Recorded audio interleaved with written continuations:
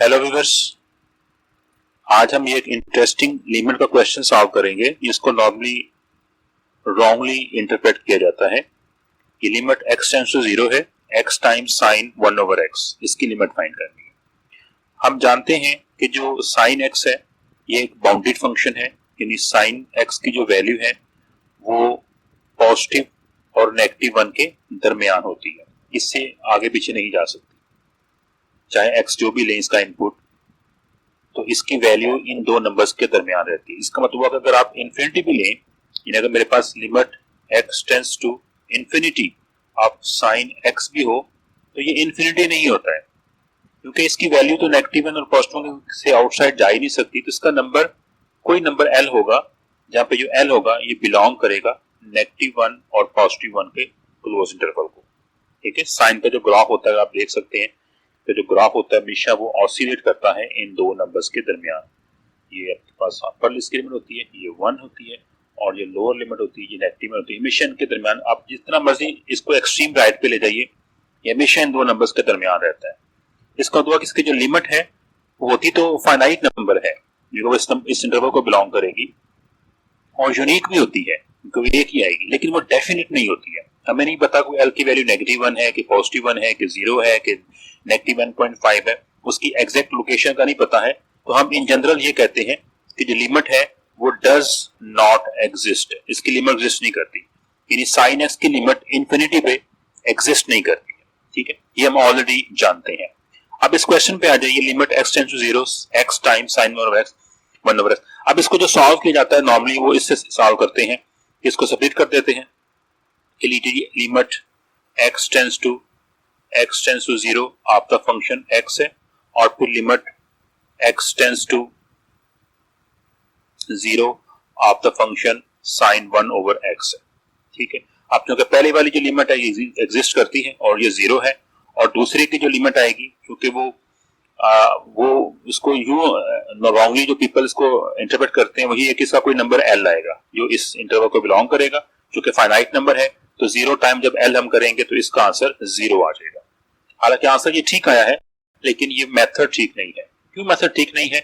इसका रूल होता है लिमिट का। अगर मेरे पास लिमिट है दो फंक्शन की, एक फंक्शन f ऑफ x है उसकी लिमिट l है, एक फंक्शन g ऑफ x है उसकी लिमिट m है, यानी ये अगर ये दो फंक्शन f और g हैं जिनकी लिमिट c पे एग्जिस्ट करती है और पहले वाले की l है और दूसरे वाले की m है, तो उसके बाद अगर ऐसा है तो फिर उसकी जो प्रोडक्ट की लिमिट है वो आप सब्ट्रैक्ट कर सकते हैं और वो l और m के बराबर आएगी। ये सिंपल सा लॉ है लिमिट का, लेकिन इसको समझना बड़ा जरूरी है। इसमें ये जो प्रोडक्ट है जो हमने सब्ट्रैक्ट किया है अलग अलग, ये तभी पॉसिबल है जब ये दोनों लिमिट इंडिविजुअली एग्जिस्ट करेंगी। ठीक है, f की लिमिट भी एग्जिस्ट करेगी उस पॉइंट पे c पे, और gs की लिमिट भी c पे एग्जिस्ट करेगी, और फिर जाकर हम उसकी प्रोडक्ट को लिमिट सब्ट्रैक्ट कर सकते हैं। लेकिन ऊपर वाले क्वेश्चन में x की लिमिट तो एग्जिस्ट करती है, लेकिन sin 1/x की limit when x goes to 0 ये एग्जिस्ट नहीं करती है। इसका मतलब हुआ कि हम ये वाला जो रूल है प्रोडक्ट ऑफ फंक्शन की जो लिमिट सब्ट्रैक्ट करने वाला रूल है ये यहाँ पे अप्लाई नहीं कर सकते। ठीक है, इस क्वेश्चन को सॉल्व करने का ये मेथड, ये स्टेप पॉसिबल ही नहीं है, हम ये स्टेप नहीं कर सकते। यहाँ पे अकॉर्डिंग टू रूल इस सेकंड फंक्शन की लिमिट एग्जिस्ट नहीं करती है, आप सब्ट्रैक्ट नहीं कर सकेंगे। तो इस रूल से इसको सॉल्व नहीं करना चाहना चाहिए। इसको सॉल्व करने का जो तरीका है वो है सैंडविच थ्योरम, जैसे स्क्वीजिंग थ्योरम कहते हैं। वो क्या होता है मेरे पास कि अगर फंक्शन तीन फंक्शन इस तरह है कि f of x less then g of x less then h of x, और इनकी जो f की लिमिट है किसी पॉइंट c पे, अगर f की लिमिट मेरे पास l है और g ऑफ x की उसी पॉइंट c पे अगर लिमिट जो है वो भी l है। ठीक है, इस जो उसके एक्सट्रीम पोजीशन में जो फंक्शन है दोनों की लिमिट अगर l है तो फिर हम कहते हैं कि जो फंक्शन के दरमियान आ रहा है उसकी लिमिट भी फिर उस पॉइंट पे l ही होगी। इसको कहते हैं सैंडविच थ्योरम। ठीक है, ये अप्लाई यहाँ पे कर सकते हैं और इसको अप्लाई करके हम ये सॉल्व करेंगे। ठीक है, यानी मेरे पास क्वेश्चन क्या था स्टार्टिंग में कि limit x tends to 0 of the function x and sine of 1/x। ठीक है, इसकी लिमिट आपने फाइंड करनी है।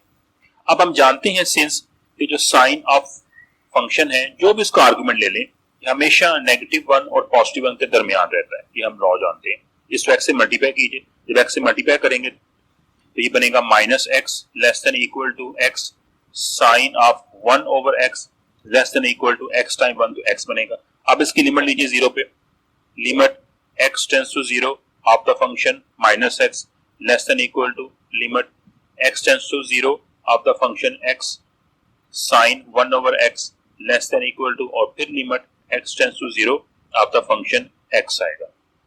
अब देखिए ये एक्सट्रीम लेफ्ट पे फंक्शन दिया हुआ है, जब जीरो करेंगे तो ऑफ कोर्स इसकी लिमिट जीरो आ जाएगी। दरमियान वाली की लिमिट हमें नहीं पता, उसको आप वैसे का वैसे लिख दीजिए x time sine 1 over x, और राइट एंड पे जब x जीरो करेंगे तो ये लिमिट भी जीरो आ जाएगी। तो अब देखिए इस पॉइंट पे हम ये स्क्यूजिंग थ्योरम लगा सकते हैं कि ये फंक्शन की लिमिट इस जीरो से ही ग्रेटर है और जीरो से स्मॉलर है। तो बाय सैंडविच थ्योरम हम ये कह सकते हैं कि जो लिमिट है x tends to zero x time sine 1 over x, ये फिर इक्वल टू जीरो बनेगी। ये इसका करेक्ट वे है सॉल्व करने का।